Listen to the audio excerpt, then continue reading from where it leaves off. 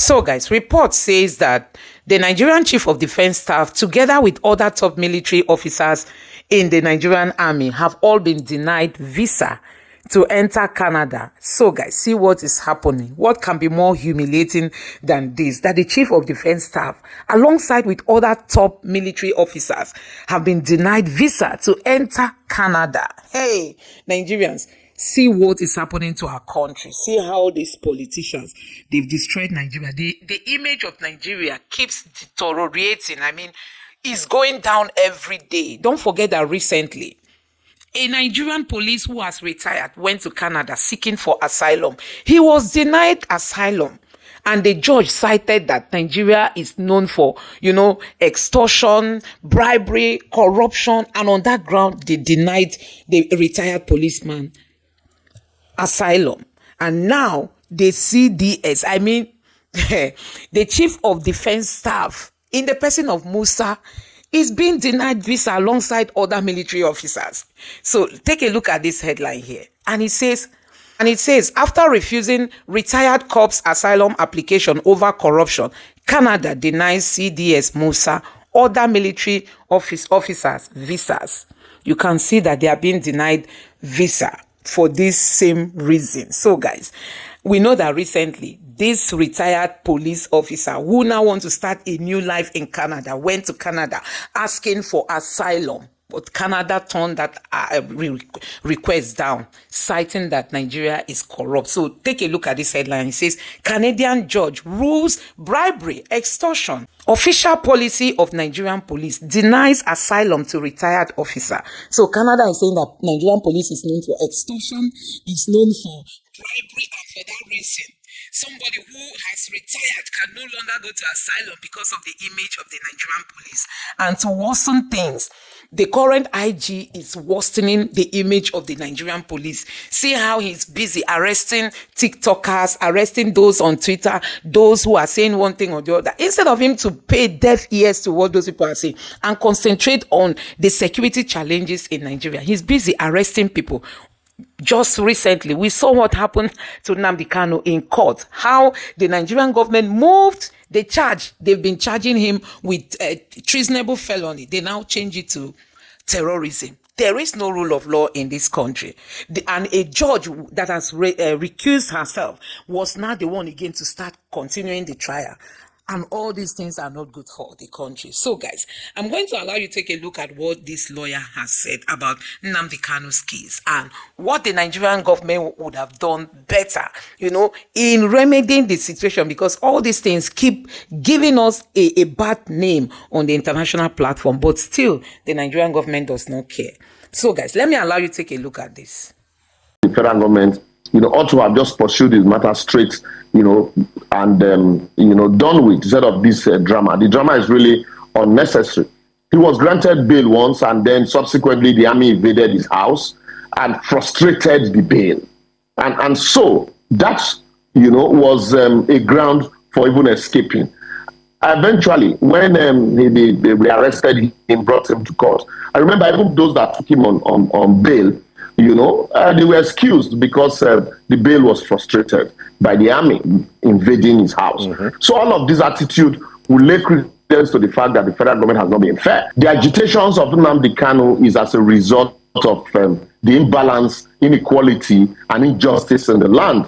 And so once you address the imbalance, you address the inequality, you address the hunger, unemployment, created by government ostentatious lifestyle and insensitivity on the part of government, agitations will naturally die down. So that is why I think government should not just be looking at the stick.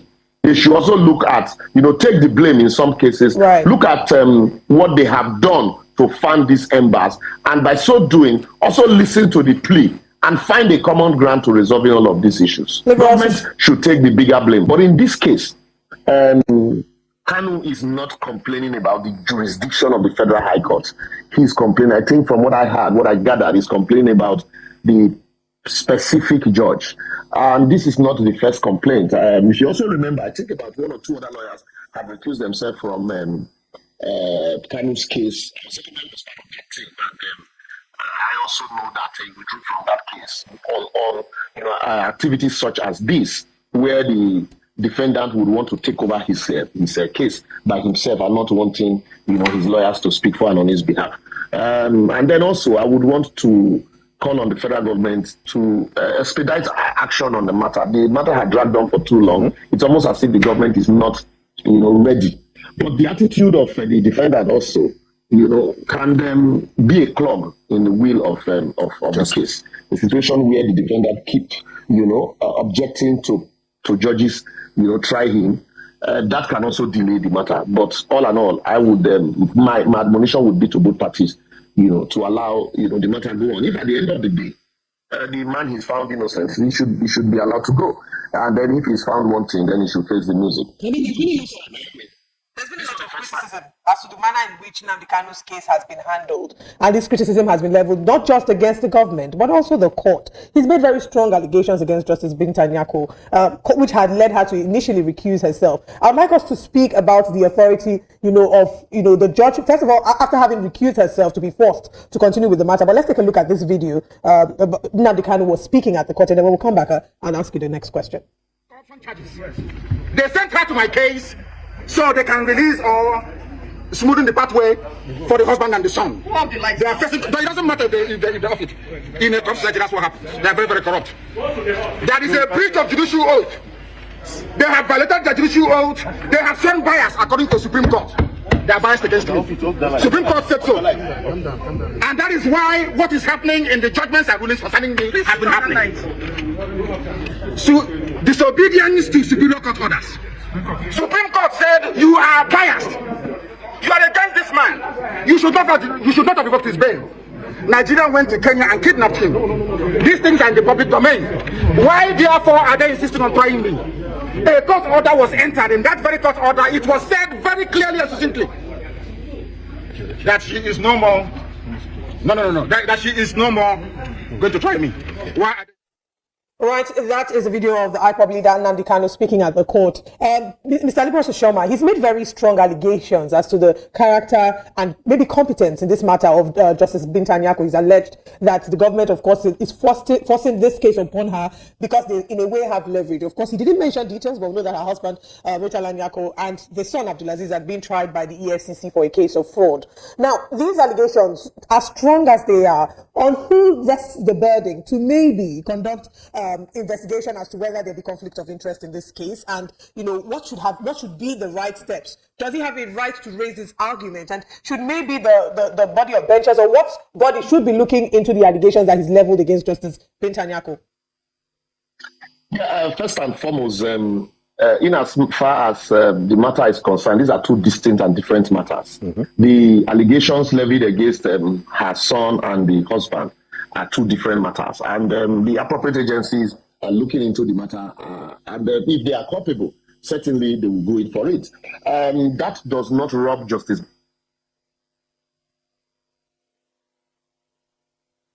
Binta. If you can hear me, it also does not rob Justice Binta Nyako of the powers to try the matter. Can you hear me? Yes, we can hear you. Please go ahead. Please. Yeah, so it also does not rob Justice Binta Nyako of the power to try the matter. So basically, these are two different matters. And then, when issue of bias is raised, most especially, in most cases, what the judges do, they send the file back to the admin judge or the chief judge, and then you make a formal application, and the chief judge will review your grounds. And then, if truly there are any likelihood of bias, then the chief judge can assign a file back to another judge for trial dealing. But in this case, I do not see the allegations that a judge's husband or son is facing trial for corruption as a ground for being biased against a matter that is brought before another person by the federal government. If at all, even if that's the case, any judge could have done the bidding of the federal government. If that's the case, not necessarily Justice Binta Nyako. So. But as the case as it is, the judge had sent the file back to has adjourned the matter what do you call it now? Indefinitely, and that also does not help the case of the defendant Nnamdi Kanu in this instance.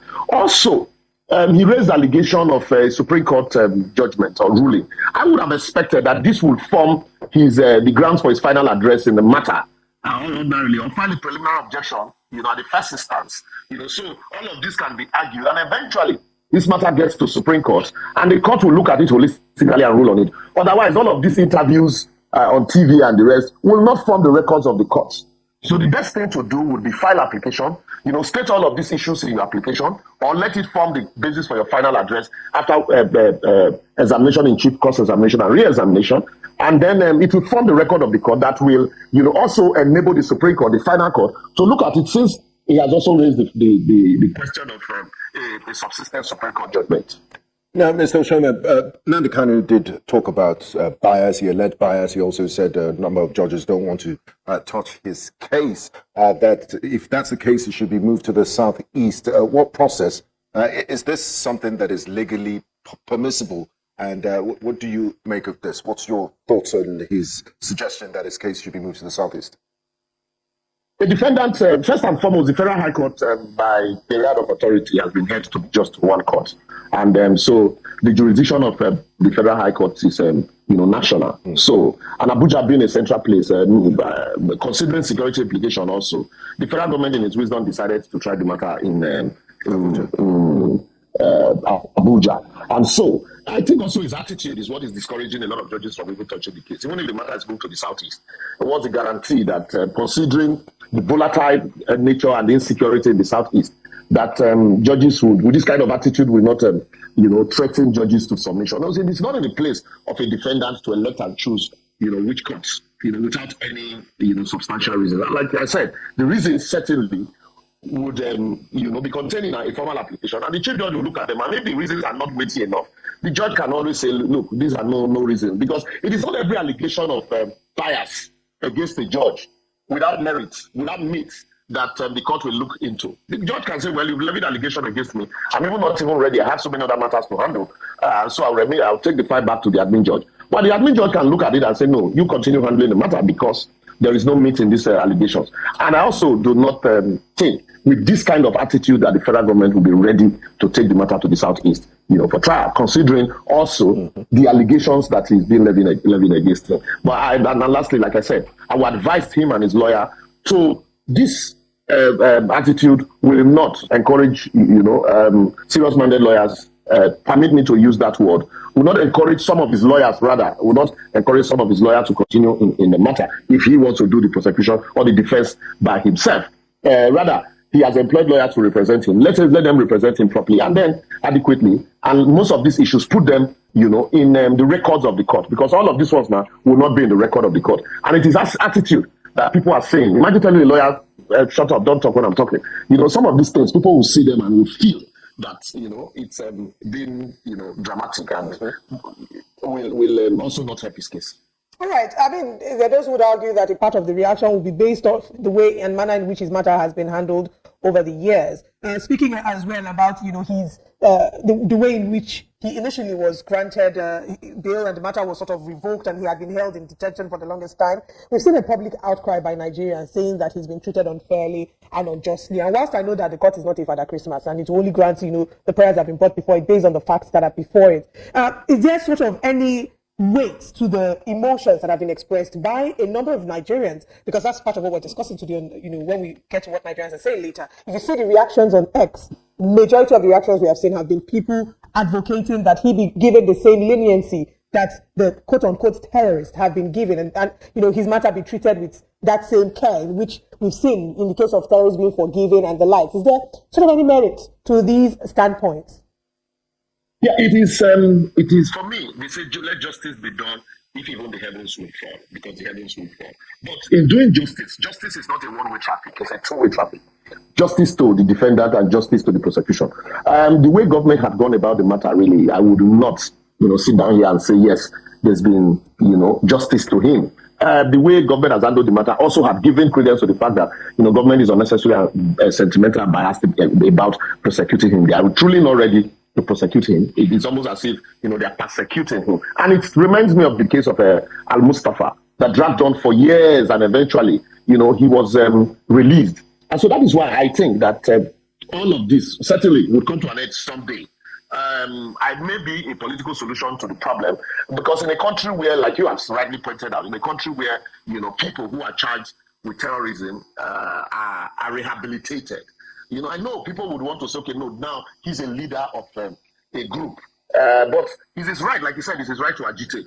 And if federal government feels threatened, or they feel that there are issues that borders on terrorism or treasonable felony, it is proper for them to table them, appropriately, and not in this hide and seek manner. Today you bring this charge, tomorrow you amend, he's granted bail, you revoke the bail, the court asks DSS to release him, and they still hold him in custody. It truly also means that the federal government is either not even interested in whatever the court will say. They are using the court to hold him, which is why I think that since the Supreme Court had, made a pronouncement that they are biased against him, that's the best thing to do is to, if I were in his shoes, I would, because you have 3 levels here, I would forget about whatever will happen at the Court of First Instance and pursue my case diligently there, ensure that all the records are all the processes and arguments are in the records of the court, and then subsequently appeal, knowing fully well that someday a final court will give a verdict. They had given one before, and so all you just need to do is to ask the court, when the matter gets to that court, to revisit the issue. This issue of back and forth, at the end of the day, the judge now also had adjourned sine die. So for that period, he will remain in custody. Nothing is earned, nothing is gained. The federal government has not been fair, and also he's not helping his matter. Considering Kanu was arrested in a very commando-like fashion in Kenya, reminiscent of the Umaru Dikko saga in the 1980s, does international law, including international principles of extradition and human rights law, have any bearing on the legitimacy of this case? Can Kanu's legal team leverage on international legal instruments to challenge this trial based on the way he was extradited from Kenya? That's a diplomatic matter between the Kenyan government and the Nigerian government. I do not think that he would be, maybe to use the word, bundled out of Kenya without the active connivance and collaboration of the Kenyan government and immigration authority. So Nigeria is not a superpower to that extent that they will just muzzle out Kenyan government and just go uproot a citizen in Kenya. So that would be a diplomatic issue between them. I do not think that it is a ground that the lawyers can leverage on, because the offenses for which he's being tried were allegedly committed on the soil of Nigeria. And it is the same matter that the way he's brought into Nigeria, it is the Kenyan authority that can complain that a citizen or regardless of how he found himself in Nigeria, it doesn't matter by any means necessary, as long as they brought him to Nigeria. Regardless of how he finds himself in Nigeria, the fact remains that if the offense is committed and being tried, it is the government of that country that can challenge, the way he's removed from their country, internationally. And not, he would see, I don't think it would be a defense to him, available to him, to complain that, the way I was brought here robs the court of jurisdiction. The question still remains, are these offenses, offenses in Nigeria? So that's the issue that I think the federal government should face. And really, like I said, the federal government, should show,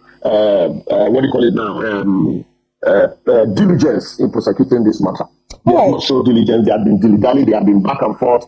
File application today, withdraw it tomorrow, amend charges today from treasonable felony to terrorism, and all of that. It's almost as if, you know what, let's use the courts to hold him down. So that's the area his defense should actually explore, and not the way and manner he was brought into Nigeria. If the Umaru Dikko's case that you refer to, if they had succeeded in bringing Umaru Dikko from London to Nigeria, it would have been a different kettle of fish altogether. They would have tried him there. All right, let's talk about, what legal concerns we might have as a result of how Nnamdi Kanu's case has been handled. Yes, you've said that Nnamdi Kanu has particularly not helped his case with the manner in which he's gone about it with his lawyers, but you've also agreed that the federal government hasn't been utterly fair. They haven't acted fairly towards Nnamdi Kanu, especially as many would argue that the federal government has acted in a capacity that overrides the judgment of the court. Are there any worries and concerns as to what this might mean for other cases and what precedents this might be setting in Nigeria's legal landscape? Yeah, it's set a very bad precedent. Also, it puts a big question mark in our ability to successfully, independently, and unbiased prosecute cases of this nature in an unbiased manner. That's the big question. And whatever outcome whatever verdict the courts of first instance reach tomorrow, people are going to look at it from the prism of bias and persecution. So that's why I think the federal government, ought to have just pursued this matter straight, and done with, instead of this drama. The drama is really unnecessary. He was granted bail once, and then subsequently the army invaded his house and frustrated the bail, and so that was a ground for even escaping.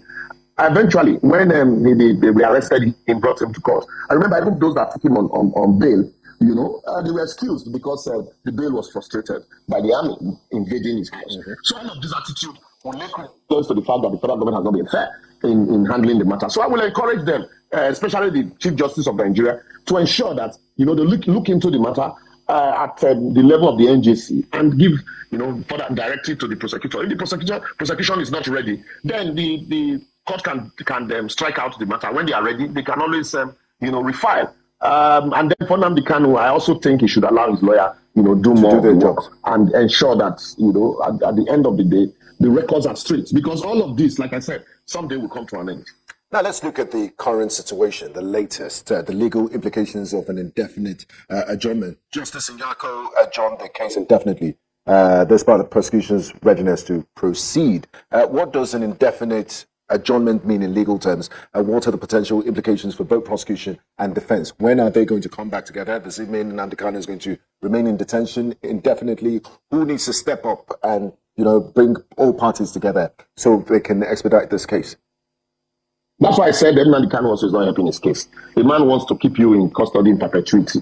You are fanning the embers of that request by all of those asking the court. So what the court has simply done is there's a request, verbal request from the defendant for the court to recuse herself from the matter. And so now the court simply decided to so do.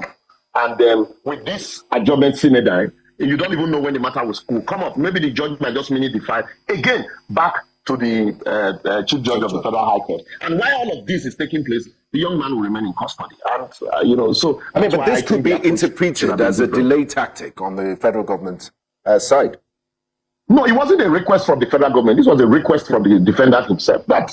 He does not want the judge. What do you want the judge to do when there is a formal request, whether formally or informally, and he says, look, I will not submit myself to your jurisdiction? Should the court insist on going ahead with the matter? But I think the argument for Nnamdi Kanu in this case is the fact that Justice Bita Nyako at the last session had recused herself. So why is she coming back? So now we're seeing that the Chief Judge of the Federal High Court... It is not in Justice Bita Nyako's what do you call it now? It's not in her place to say she will not try a matter. Matters are assigned by the admin judge or the chief judge. So if she recuse herself and she sends the file back to the Federal High Court and to the chief judge, and the chief judge looks at, because a formal application was requested by the chief judge from Nnamdi Kanu and his team, and that formal application, after the chief judge probably would have looked at it and he found out that there is no merit in that application, he will send the file back to the judge to continue from where they stop. So it is not in Justice Bita Nyako's place to say, I will try it or I will not try. There is an admin judge that assigns matter. So if the file is reassigned to her, certainly she will continue with the matter. If the allegation that he raised, that the court feels that there are no merit in it.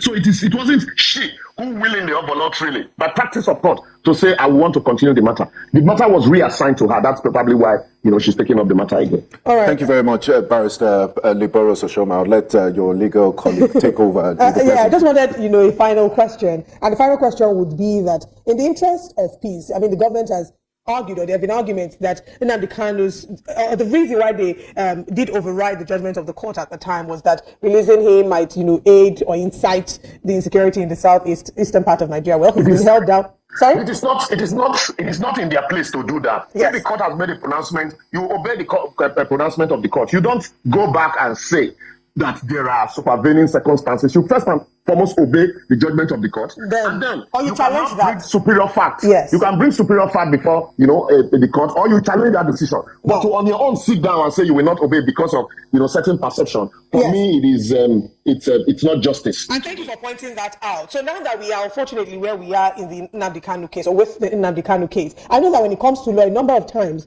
we'll try our best to explore alternative means of dispute resolution, so long as it doesn't have to lead to a dirty fight. Are there ways ways that the government can incorporate some sort of dispute resolution to hear not just the cry and the plea of Nnamdi Kanu, but also the supporters who are demanding his release. Bear in mind that he's been held in detention and it hasn't reduced the state of insecurity in the southeastern part of Nigeria. So in maybe 30 seconds, the agitations of Nnamdi Kanu is as a result of the imbalance, inequality, and injustice in the land. And so, once you address the imbalance, you address the inequality, you address, the hunger, unemployment, created by government ostentatious lifestyle and insensitivity on the part of government, agitations will naturally die down. So that is why I think government should not just be looking at the stick. They should also look at, take the blame in some cases, right. Look at what they have done to fund these embers. And by So guys, you have seen what is happening in this country. There is no rule of law in Nigeria. There is no rule of law, especially in the case of Nnamdi Kanu. There is no rule of law. Things are not done the right way. The Bible says, not the Bible, the Constitution says that the Chief Justice or the Chief Justice of the Federal High Court does not have any role to play in all this. But he's the one that is asking, Binta Nyoko to be the one to continue with this case, even though this woman has recused herself. And that was why Nnamdi Kanu keeps citing that, see, you have recused yourself from this case. Why are you still the one trying? Now they move it from treasonable felony to terrorism. And like we've seen that in the north, the people who are really into the terrorism are the ones being granted amnesty, being granted pardon, being released. But Nnamdi Kanu is being charged with terrorism. Somebody who has no gun, who has never gone down anybody, who has never unlived somebody. He's been charged with terrorism. But those who even gone down the Nigerian military are walking freely. They gone down the Nigerian military helicopter. They are walking freely. They are asking for pardon. The government is pardoning them. They are asking for stipends. They are giving them taxpayers' money. They say they are de-radicalizing them. They say they are rehabilitating them. They say they are making them to come back to the society to become normal people. But Nnamdi Kanu, who is only asking for secession, should rot in jail because the Igbo leaders don't want him out and the Tinubu's government don't want him out. And we say we live in a fair society. So guys, see what is happening. Honestly, it is time for people to sit up in this country. Let's save this Nigeria. Let me know what you guys